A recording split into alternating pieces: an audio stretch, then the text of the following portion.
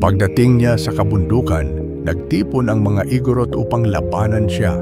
Sa kabila ng kanilang pangungutya, nanatiling matatag si Lam-ang. Sumiklab ang labanan at ginamit niya ang lahat ng kanyang lakas at tapang upang talunin ang mga Igorot. Isa-isa niyang nalupig ang mga kalaban hanggang sa mapabagsak ang kanilang pinuno. Sa lambak ng Nalbuan, malapit sa ilog na Gilian, sa La Union, naninirahan ang mag-asawang kilala sa kanilang pangalan, si Don Juan at ang kanyang asawa, si Namongan. Tahimik silang namumuhay sa kanilang maliit na baryo hanggang sa isang araw ay nagbago ang lahat.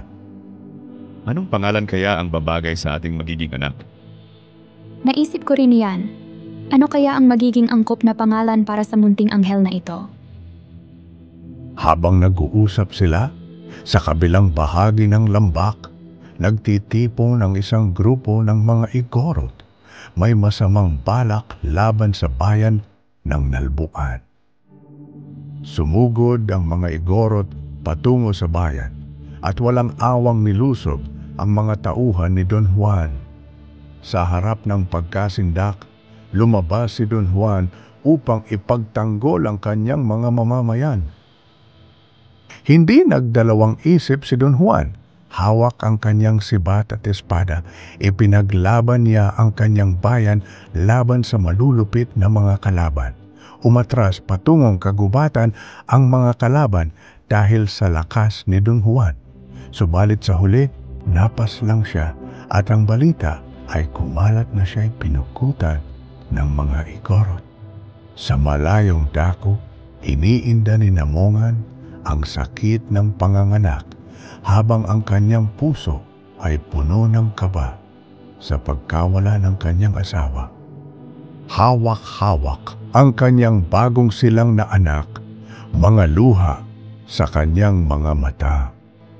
Si Lam-ang, kakaiba sa lahat ng sanggol, ay nagpakita ng di pangkaraniwang mga kakayahan.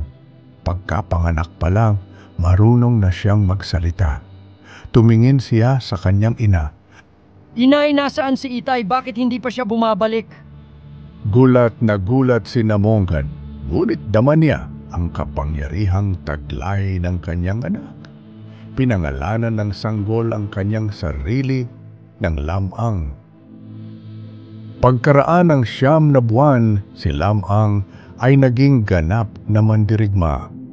Buo ang kanyang loob na ipaghiganti ang pagkamatay ng kanyang ama. Kaya't nagpasya siyang magtungo sa kabundukan upang harapin ang mga Igorot. Bit-bit ang kanyang sibat at kalasag, naglakbay siya patungo sa kanilang kuta. Sa kaniyang paglalakbay, inabot siya ng pagkahapo, kaya't namahinga sandali. Naidlip siya at napanaginipan niya ang pugot na ulo ng ama ay pinagpipistahan na ng mga Igorote.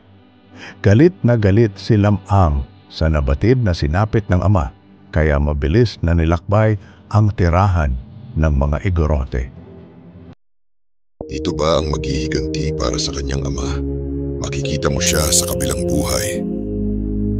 Pagdating niya sa kabundukan, nagtipon ang mga Igorot upang labanan siya. Sa kabila ng kanilang pangungutya, nanatiling matatag si Lam-ang. Sumiklab ang labanan at ginamit niya ang lahat ng kanyang lakas at tapang upang talunin ang mga Igorot. Isa-isa niyang nalupig ang mga kalaban hanggang sa mapabagsak ang kanilang pinuno. Tapos na, ama. Matatahimik ka na. Nang siya'y magbalik sa Nalbuan, pinaliguan siya ng ilang babaeng kaibigan sa ilog ng Amburayan dahil ito'y naging ugali na noon na pagdating ng isang mandirigma, naliligo siya. Matapos napaliguan si Lam-ang, namatay ang mga isda at iba pang bagay na may buhay na nakatira sa tubig dahil sa kapal ng libag at sama ng amoy na nahugasan sa katawan nito. Pagbalik ni Lam-ang sa Nalbuan, narinig niya ang balita tungkol sa isang napakagandang dalaga sa kalapit na bayan ng Kalanutian. Siya ay si Ines Canoyan at napagpasiyahan ni Lam-ang na puntahan siya upang manligaw. Pupunta ako kay Ines. Siya ang magiging aking kapareha sa buhay. Sa tulong ng kanyang mahiwagang tandang at aso, naglakbay si Lam-ang patungo sa bahay ni Ines. Pagdating niya, maraming binata ang nagpapaligsahan para makuha ang kamay ni Ines. Sino ang batang ito? Akala ba niya ay kaya niyang makuha ang puso ni Ines? Ngunit nag-utos si Lam-ang sa kanyang tandang na si Sumaang na tumilaok.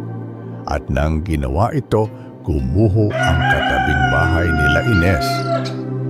Sunod na, inutusan naman ang kanyang asong si Kurita na tumahol at nabuong muli ang gumuhong bahay. Anong kapangyarihan ang dala ng taong ito? Gulat na wika ng ina ni Ines. Ako si Lam-ang at narito ako upang hilingin ang iyong kamay, Ines. Nakangiting sabi ni Lam-ang habang nakatingin kay Ines. Labis na humanga si Ines kay Lam-ang at tinanggap niya ang kanyang pag-ibig. Nagdaos sila ng marangyang kasal na puno ng musika, sayawan at saya. Matapos ang kasal, kinailangan ni Lam-ang na sumailalim sa tradisyong mangisda sa ilog upang humuli ng isdang rarang. Ngunit sa ilog na iyon, naninirahan si Berkakan, isang higanteng halimaw na kinakatakutan ng lahat. Lam-ang, huwag kang pumunta. Napakaraming nawala na sa halimaw na iyon. Paano kung hindi ka na bumalik? Nababahalang sabi ni Ines. Huwag kang mag-alala, mahal ko. Makakayanan ko siya tulad ng lahat ng aking napagtagumpayan.